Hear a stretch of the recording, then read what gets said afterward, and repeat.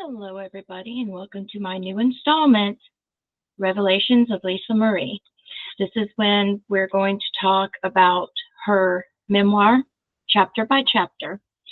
And this is her book, From Here to the Great Unknown.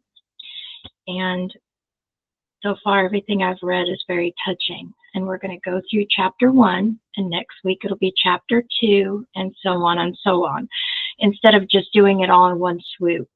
I wanted a deep dive into this book. So this is chapter 1, and I'll give you the rundown of what it's about. I'll also give you quotes out of the book and give you an idea of who Lisa Marie was as she's talking about her father in this chapter. So guys, just know that this is for entertainment purposes only, okay? I'm not going to read the whole book, word for word. I'm taking bits and pieces out, and giving you the rundown of the book, and we're going to talk about it, okay? So this is the very beginning, and this is going to be just Lisa's. I've read the book, and I've also read Riley's part as well, but when we do this show, it's Revelations of Lisa Marie, so we're only doing the parts that Lisa talks about in this book, okay? So we're only doing the Lisa parts, okay? So this is chapter 1. She's explaining that her father, she thought he could change the weather. To her, he was a god to her chosen human being. He had this thing that you could see through his soul. When he was in a shitty mood, she said, it was shitty on the outside. But if it was storming, it was because he was about to blow his top. And she believed it back then that he could make it storm, because of the attitude that he would have. It would either be good or it would be bad. But either way, watch out, because he's coming after you. This is just her explaining how Elvis was. Also on this, he loved her dearly. She put this in here. He was totally devoted to her, and yet she also feared him. He was intense, but you didn't want him to get angry at you, she said. If he was angry at you, it was bad. When he got upset with her, she would take it personally because she loved him so much. She didn't ever want him upset with her. And there's this one time that she hurt herself, and he said, "Damn it, why'd you go and hurt yourself?" After he popped her in the hand, and it devastated her. She explains here that her mom was an Air Force brat. She met her dad when she was 14. Her parents allowed it, and she put right near it, it was a different time. She said back then women would go in the hospital to have a baby, and they would knock you out to have the baby. You would get knocked out, and when you woke up, you had a baby. She said that her mother went to the hospital in her glamorous look because she wanted to be beautiful. But when she came to, she just had a child. And she states that her mother told her once that she was trying to fall off her horse to cause a miscarriage. Now, guys, what mother would tell their daughter these things? What mother would tell their daughter that, yeah, there was a time I was riding a horse and I wanted to have a miscarriage, so I was trying to fall off the horse to get rid of you. What mother does that, folks? Well, Priscilla did. According to Lisa, she sure did. She said that she didn't want to gain pregnancy weight to Lisa. It wouldn't be a good look to be Elvis's wife. Besides, there were so many women that were running after him that were beautiful, and she only wanted his undivided attention. So if you read Elvis and Me, you see all of this. Nothing new, but Lisa knew this, and she held on to this, and she carried this. Okay? She said that Priscilla told her she was so upset that she was pregnant that she only ate apples and eggs and never gained much weight. So we all know in the book Elvis and Me, she was malnourishing herself by only eating eggs and apples. I believe it was one apple and one boiled egg a day. That's not enough to sustain you, but Priscilla did this. She always felt that her mother never wanted her. Well, if her mother tell you all this stuff, you would think your mother wouldn't want you. And she says that's probably what was why I was a pain in her ass immediately, because she always felt she wasn't wanted by her mother. She says she always believes in the energy of Euro, which means whatever vibe you get in the womb is what vibe you might get when you come out of the womb.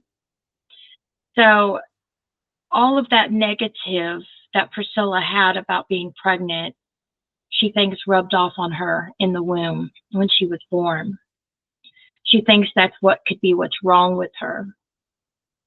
And I think it's sad Lisa didn't have a real mom to love and nurture her throughout this.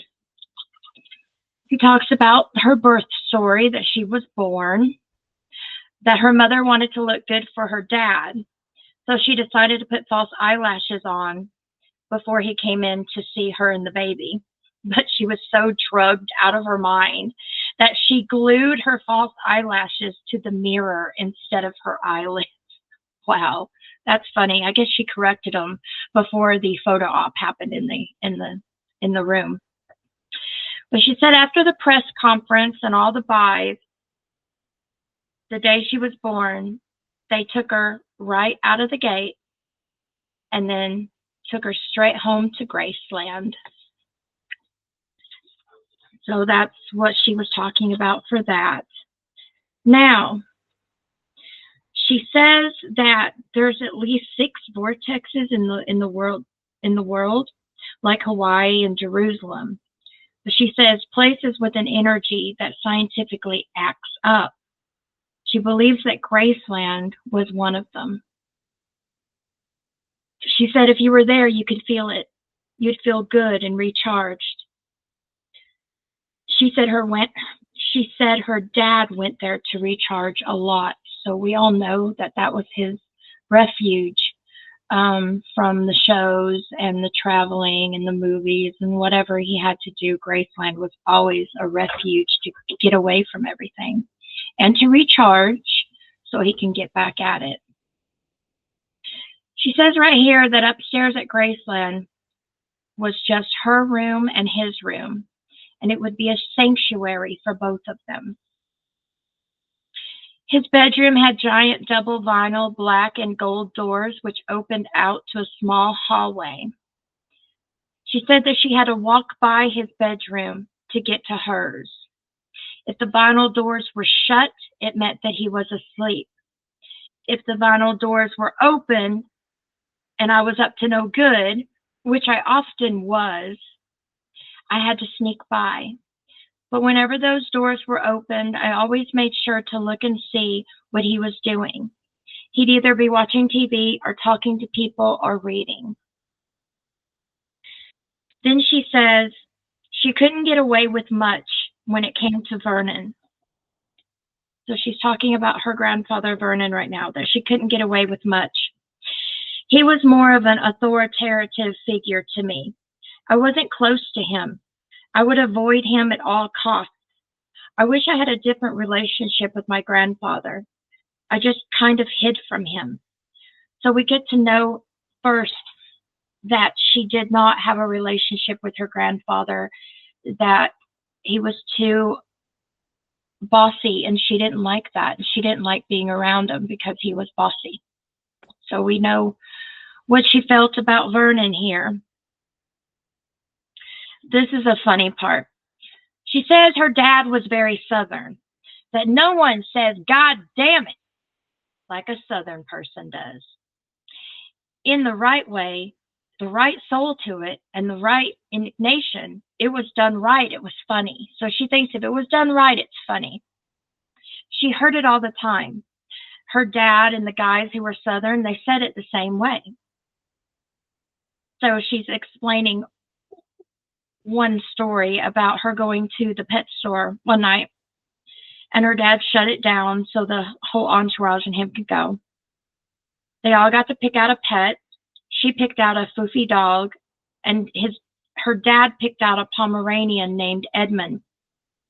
A little while later, she was in her room, and they had just brought her dad's breakfast up to his room.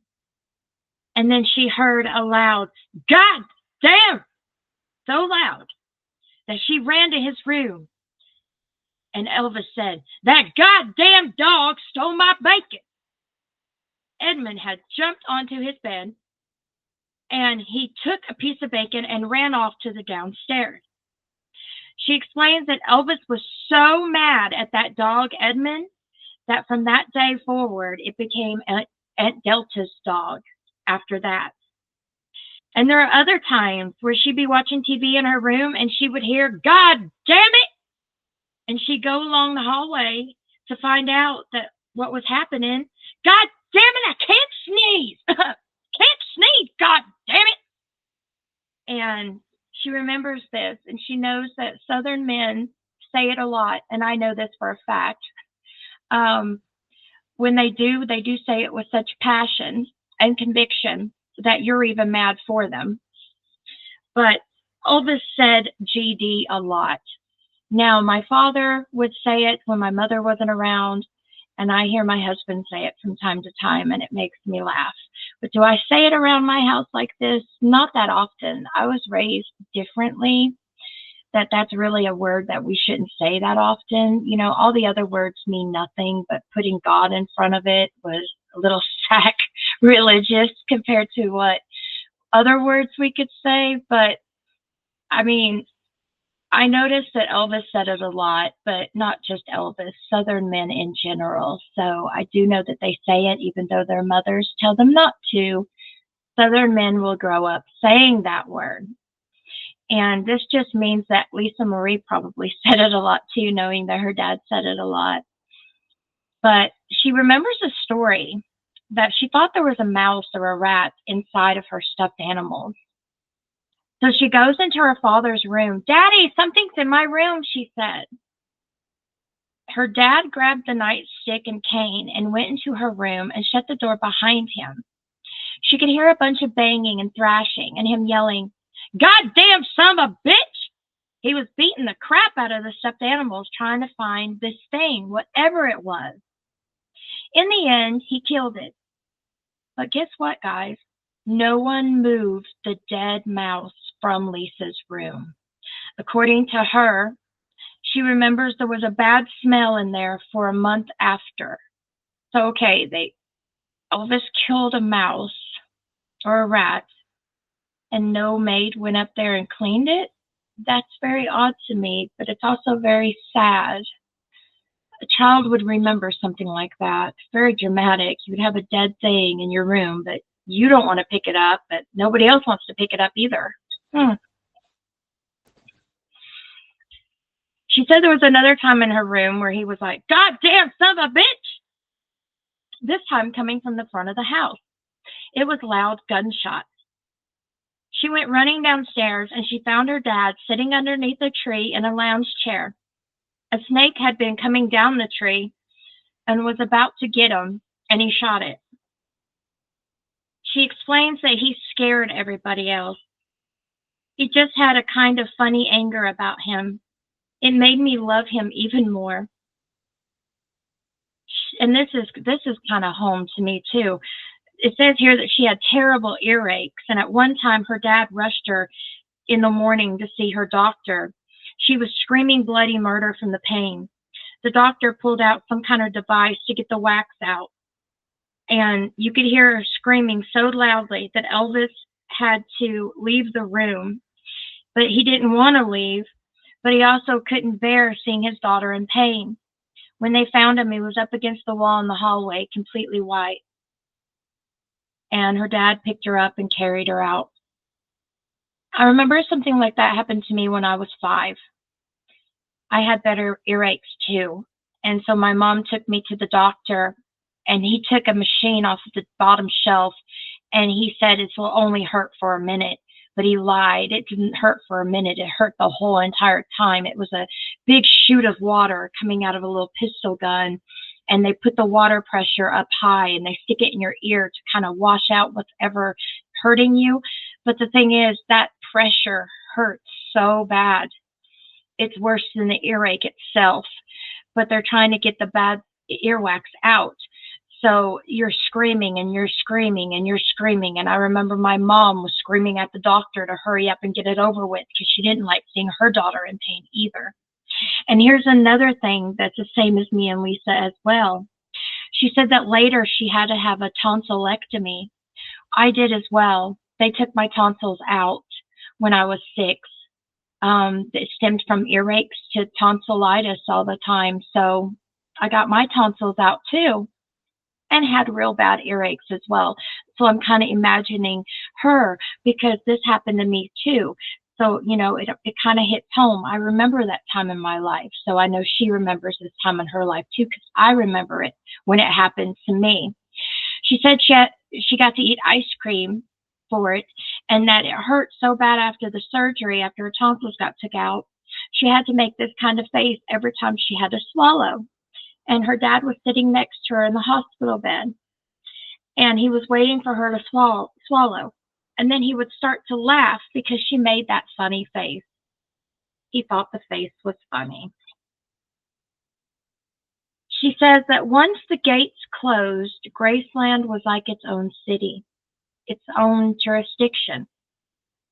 She said her dad was the chief of police and everybody was ranked.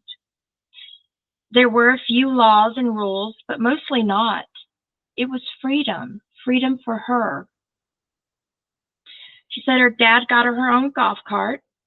It was baby blue, and it had her name on the side, which was a huge deal for her because she had more freedom than before. She didn't have to walk. She could go on her golf cart.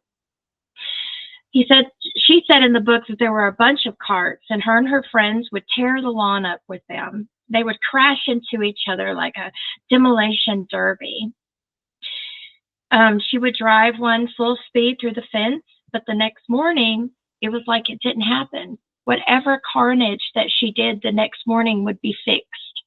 So that had to be like magic for you as a kid. You'd break something and then go downstairs, and the next morning it's fixed. Like you didn't break it, you know. Must be something. She claims that downstairs there was a room that had cloth on the walls and a pool table and a bedroom set aside for any vagrant Memphis mafia who was there for the night. So you see, she put vagrant. She said Charlie Hodge lived in it one time and David Stanley lived in it too. She said the zone had a vibe of its own. She said there were lots of cigarettes, dirty magazines, dirty cards, dirty books. Then she says, I was all about those dirty magazines. So at a young age, she was seeing stuff like that. That can't be completely healthy for a child to see things like that before they're supposed to see things like that. She said that she used to run over people's feet with the golf cart and then take off.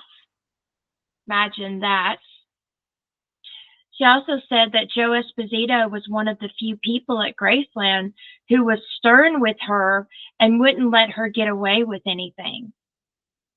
She also said that Joe Esposito was never afraid of her father and that he was never afraid of me.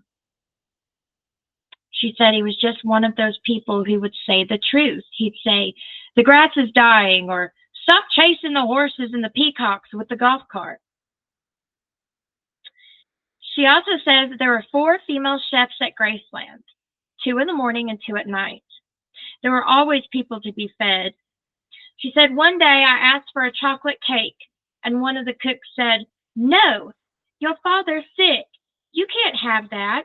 And I said, I'm telling my daddy, you're fired. She was 4 years old.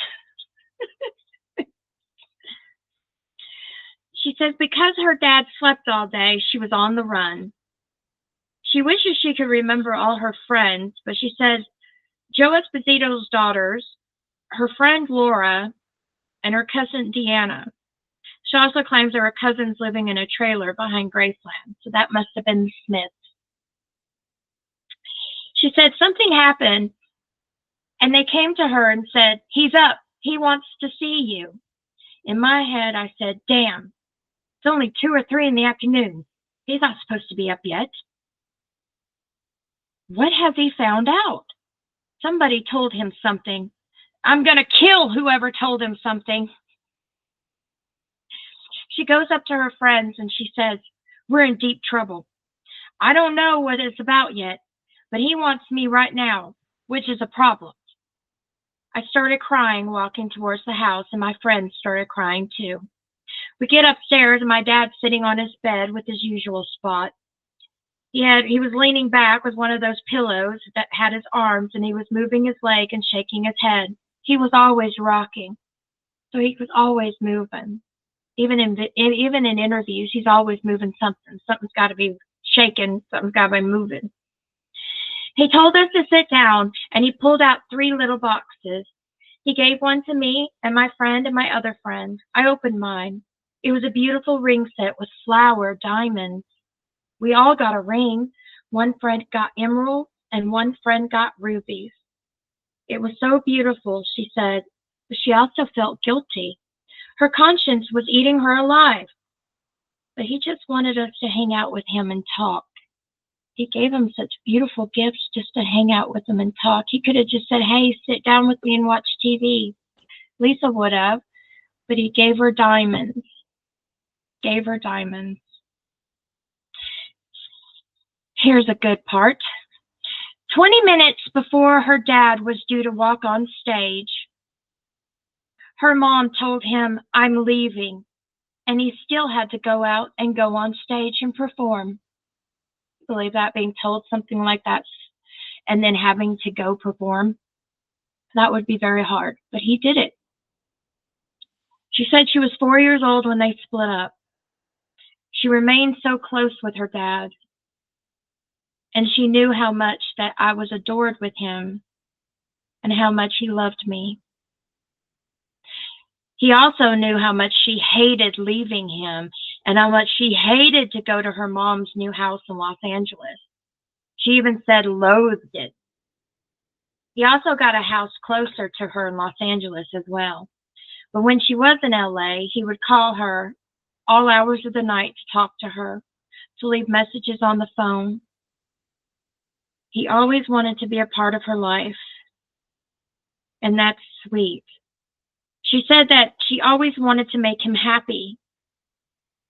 She said that she would have chopped off both of her feet if it was just to make him happy. Wow, for what a daughter. She would have cut off both of her feet to make him happy. Of course, he would have never asked that of her, but she says it. She says that Gladys, her grandmother, Gladys had been so close with Elvis that she loved him so much that she drank herself to death worrying about him. She thinks that he went to Germany, then Gladys died because of it.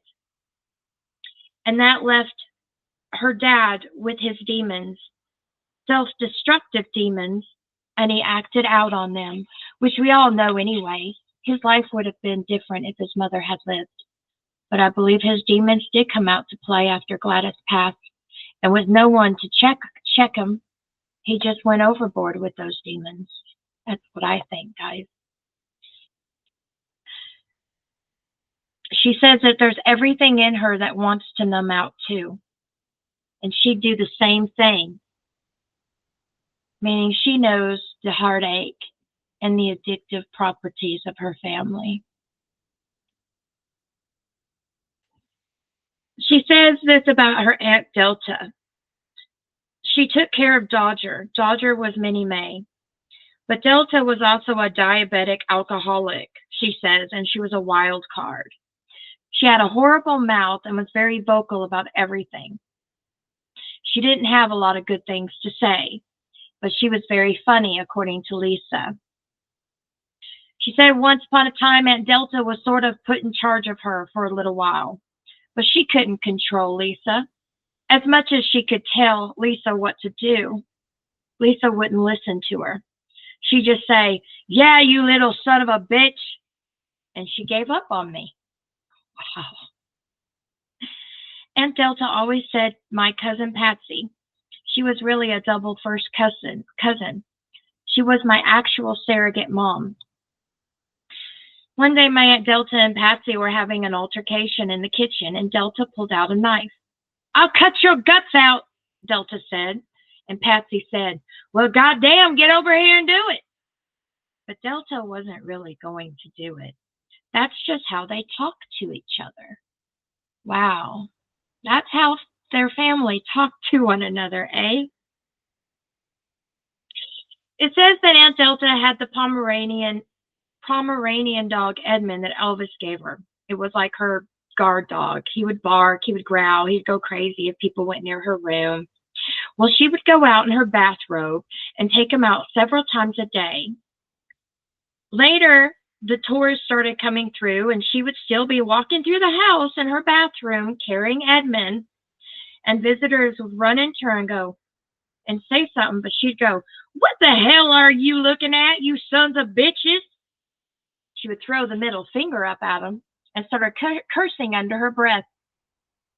At one time, a tourist said, "Aren't you Aunt Delta?"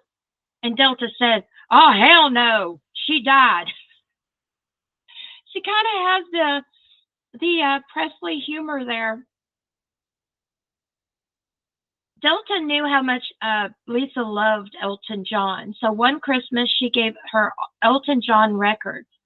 Elvis did not look amused, and he walked away to talk to Aunt Delta about it. He said, "Why did you get her those records? Who the hell is this son of a bitch that she's wanting to hear?" "She likes them," said Delta. Soon after, before one of Elvis's shows, according to Lisa, Elvis met Elton John backstage. He needed to meet the person whose records that Lisa was listening to. And throughout the years, Elton and Lisa would giggle about it ever since, because that's how he learned who Elton John was. He had to meet him. It says a year after, when she was 9 years old, she met Elton because her mother arranged for her to go to his house. He showed her his clothes, his closet, his boots.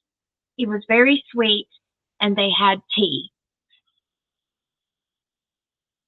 She also says if there was an authoritative figure around, she instinctively fought at it and didn't want to be around that kind of a person. She didn't like to be told what to do, when to do it, how to do it. She didn't like that. She didn't like anybody telling her what to do. She would get up around 2 o'clock in the afternoon when she was at Graceland. She had her friends up there, or her cousins that lived in the trailers in the back, possibly the Smiths she's talking about. She would ask for French fries or grits for breakfast, then she'd get on her golf cart, and away they went for the day. There were times when she would want to eat French fries 3 days straight, or she wouldn't take a bath for 10 days. I believe there was a lot of Elvis and Lisa, period. Elvis would like something and he would eat it over and over and over again. Elvis would like to do something and he would do it over and over and over and over again. So Elvis and Lisa had a life a lot alike. They were a lot alike.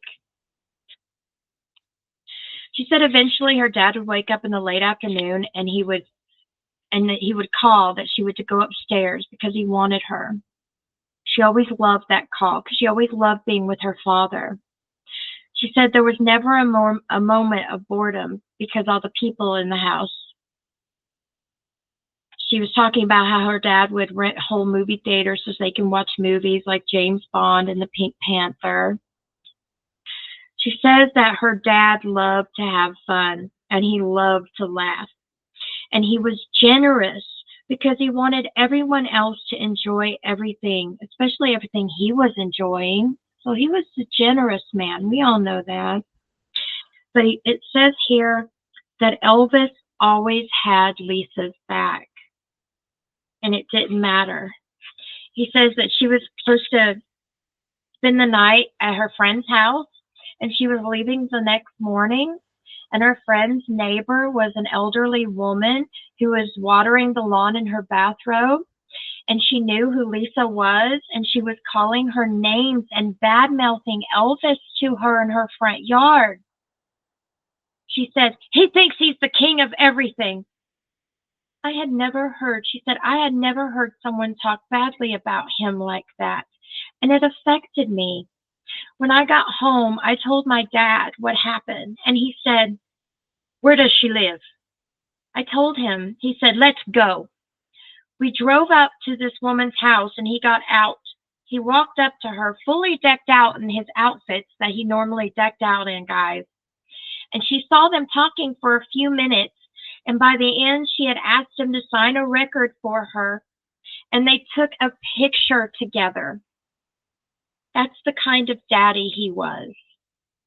Wow. Wow.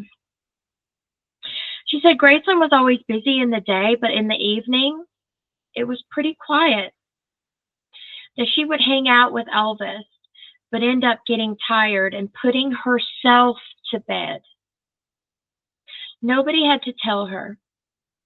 He wanted to hang out with her and have me around. He wanted to hang out with Lisa and have her around.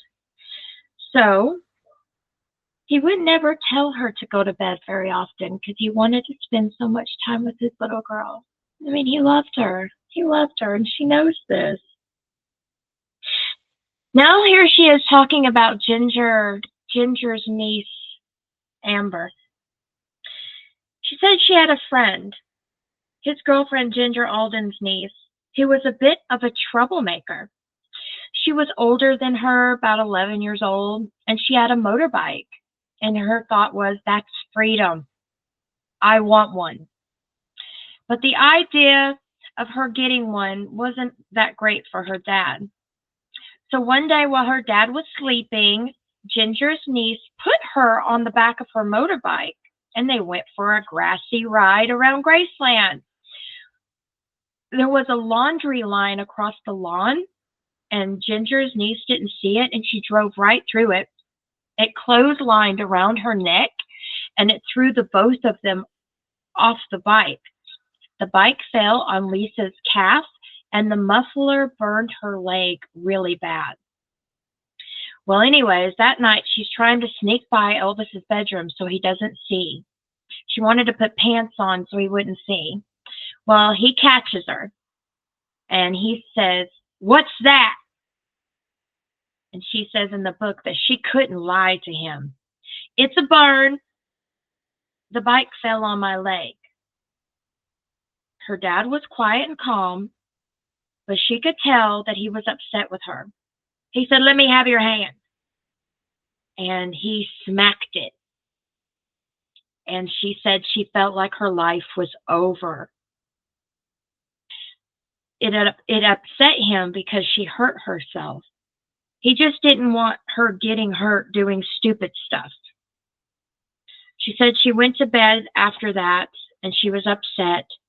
She woke up in the middle of the night, and she sees Elvis standing next to her bed. He was holding a puppet, which was a basset hound, and he was mouthing the words as he sang "Can't Help Falling in Love" to her. "Take my hand, take my whole life too, for I can't help falling in love with you." That would have been cute. When he was done singing, my dad hugged me, and he was sorry. All right. She says there were always fans out there by the gate. She said she wasn't supposed to, but she would drive her golf cart real fast and close by the fans and yell obscenities at them like, "F you, effer!" They just sit there and smile and wave. Sometimes a fan would jump the fence, and there would be an all-points bulletin. The security would take her and put her in the house and say, "Get in the house, somebody's going to kill you." That's such a way to be raised. She said there were always so many people at the front gate at any given time of day, even in the midnight hours, still are, by the way. So she's talking to you guys as fans. You guys are still out there at her father's gate, even today. She said fans, she used to go up to fans a lot, and she would ask for $20. She said, $20 and I'll take a picture of him. Well, sure enough, they would give her the money, and she would go into the house and take a picture of the floor. Then she would give the camera back to him and say, I'd give the camera back and say, here's a picture of the door and the floor. I started doing that regularly. Boy, I bet she got a lot of 20s doing that. She said one time I took a fan's camera at one point, but I got bored and I didn't like taking pictures, so I just threw it in the bushes. She said she felt horrible about it, though I did it more than once. She says her Uncle Vester, who worked the front gate, would walk up to the office and say, Lisa's taken someone's camera again. Should we try to find it? She said later on in the year, someone came up to her and said, you took my camera when I was at the front gate and you never gave it back. And I said, oh God, I'm so sorry. But she wasn't very proud of it. She said going to her father's shows was her favorite thing in the world. I was so proud of him. The electricity of those shows, there's nothing I felt that's been even close to that feeling, ever. She calls it electrifying. And she's never felt like that again. She says that there were certain songs that she liked, like Hurt and How Great Thou Art, and she would ask him to sing them to her, and he would. Can you imagine, though, if your dad was Elvis, how many songs he could sing to you? She said she did not, however, like having the limelight shown on her or being asked to stand up in front of anybody. So she didn't like that. She didn't like that at all, to be called up, to stand up, she didn't like it. She tells a story of once Elvis introduced Vernon, and then he looked towards her, and she's like, oh God, please don't, please don't. Then he goes, Lisa, stand up. She says, it's not that I wasn't proud or that I didn't love him. I just liked the limelight on him, not on me. It was not something that came to me inherently. I absolutely abhorred it. So she didn't like it. She didn't like that part. But in other less public ways, I loved basking in his fame with him. So that's very sweet. She loved the limelight on her father, but she didn't like it on herself. She said in California, she had a nanny called Yuki. Yuki was always there, and she wrote to me until the day she died. She would get cards every Christmas, every birthday, even after she got married and had children, she would always get a card from Yuki. Whenever we dropped Yuki off at her house when I was little for the weekend, I would scream. I remember being in the car with my mom driving away, and I'd be screaming at on the top of my lungs, watching us drive out of her view. I was so attached to her. This must be the nanny that Priscilla got rid of because she was too attached to Lisa. She said that leaving Graceland and flying out of Memphis International Airport to go back to LA was pure trauma and torture for her. But as soon as she got out of the car in Memphis, she would completely transform. She never ever wanted to leave Memphis. She loved everything about it. The weather, the smells, the storms, the food, the birds, fireflies, everything about Memphis she loved. She said there were times that she would be in school in LA and she would see a black car pull up. Then someone would come to the classroom and get her, and it was to go see him. And it would always be a black car. She said, I waited for that car to show up. It was always a black one. And she said, I felt like my life was the best life ever whenever that car came around. She said sometimes Elvis would fly back with her, and they would land the plane too. Yes, he would land the plane.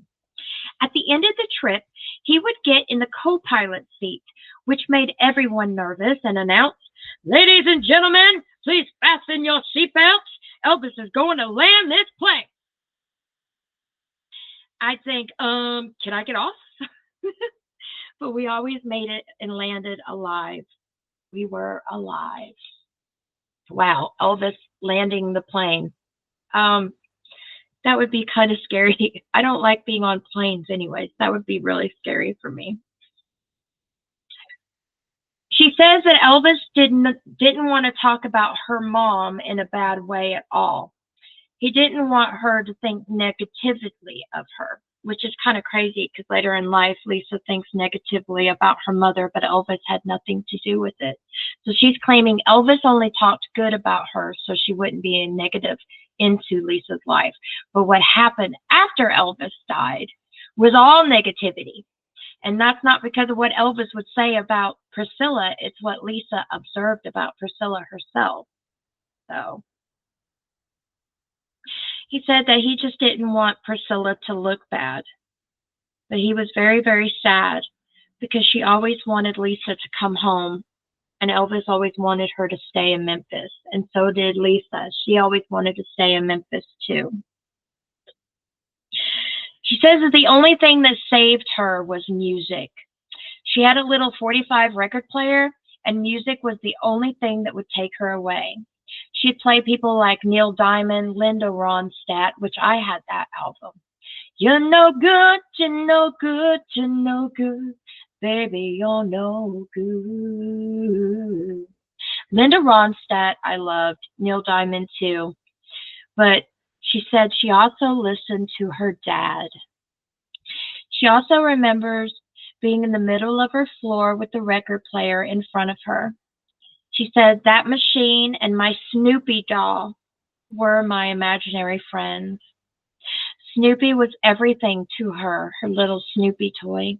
She loved him so much that his nose broke off and she sewed it back on. She had little outfits for him for every day of the week. He was her best friend. And she took him to school. And she took him to school because she was scared to be at school. But when she was at school, they made her put him in a locker. And she hated that he was in a locker, but it was easier for her to stay in school because she knew that Snoopy was in a locker waiting for her when she got out. So there's that. So anyways, guys, she says that you could always sense my dad's intensity. He had this magnetism about him. She said this one time he got mad and he started throwing things off the balcony, and all his friends and even her were trying to hide to get out of his way. And he kept throwing stuff off the balcony, and he had found his flight path, she says, and he's going to fly it until he was done throwing stuff off the balcony. I think that's a Scientology term for being mad, for being angry, to have anger. But anyways, eventually he calmed down, and someone said to me, it's okay, you can come out now. He wants to see you. And I thought, he wants to see me? I said, why was he so mad anyway? Well, someone said, he ran out of water. Got that mad because he ran out of water. He's probably mad because incompetent people couldn't even get him water. So anyway, when she found out that he ran out of water, she grabbed about 4 bottles of water and walked into his room. Somebody told me you didn't have any water, I said. And he just motioned for me to come give him a hug. He was respectful, though. He wasn't rude to people. He wasn't an angry person. He didn't live there. Some people full on live in destruction. Others buy some real estate and walk around in anger for a little while. My dad just visited. So he visited anger from time to time, but he wasn't a resident of it. She said that One of my dad's visits to anger came one time when we were supposed to go to Liberty Land with her friends. She went upstairs the night before and could hear the wrong kind of tone coming from him. I went to my room and could hear loud crashing sounds. He was yelling his effing head off at somebody. I could hear him saying that we weren't going to Liberty Land the next day. I was devastated. I found out later that he had ran out of something again, and he needed to get it before we went. Either that or they wouldn't give it to him. She said that he called about 10 different doctors and nurses until he found someone who would give him a fix. Once the doctors gave him a fix, they all went to Liberty Land. She said she remembers sitting next to him on the zippin' pippin and keeping one eye ahead of the ride and the other on his gun and his hoister that was right by her side. Unless you knew or understood him, that sounds terrible. I know. You might think he was crazy carrying a piece with his daughter sitting next to him, but he was just from the South. It was just really funny. So we rode and rode. That was about a week before he died. So that's chapter 1, folks.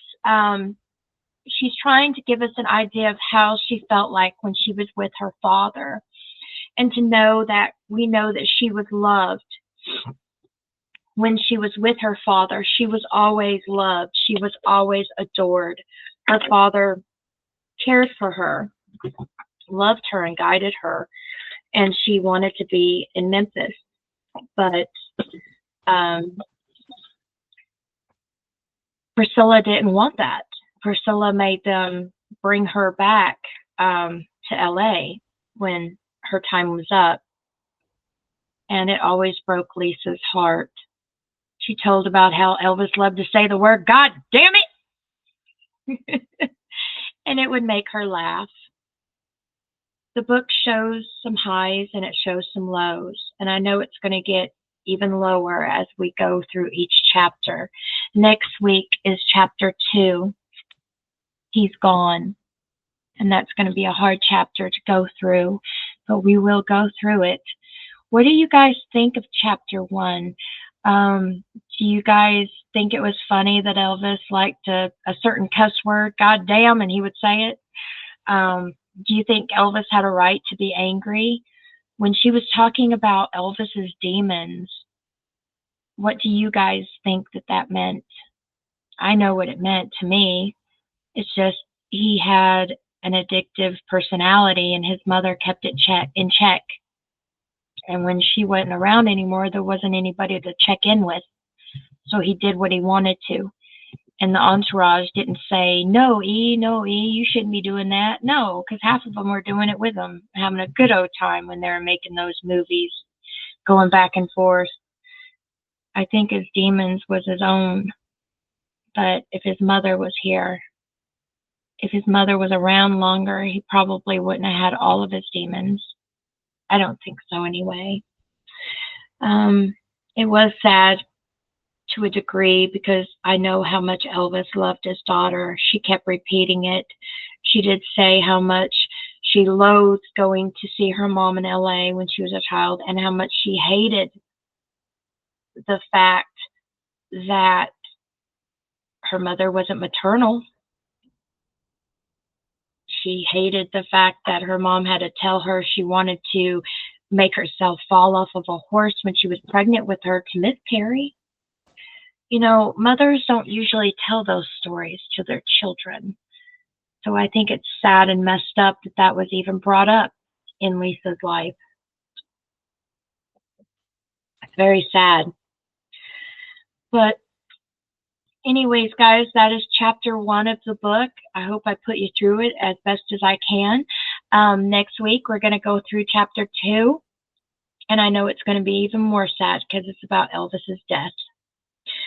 But anyways, guys, know that you could have went to any Elvis channel tonight, but you didn't. You came to mine to review From Here to the Great Unknown. And I love each and every one of you guys for coming to my channel to learn about this book.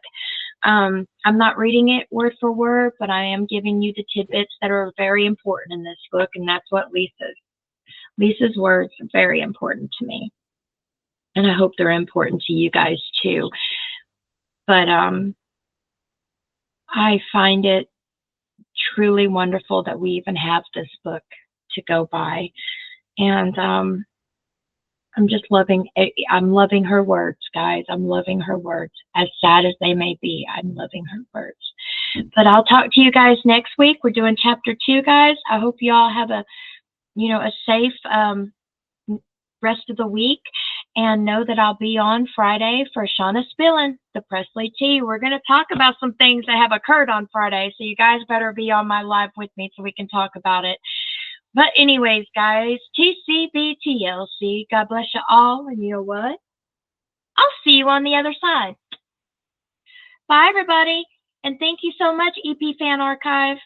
Bye, y'all. Bye, everybody. See y'all later, okay? And be safe out there. Be very safe. Bye now.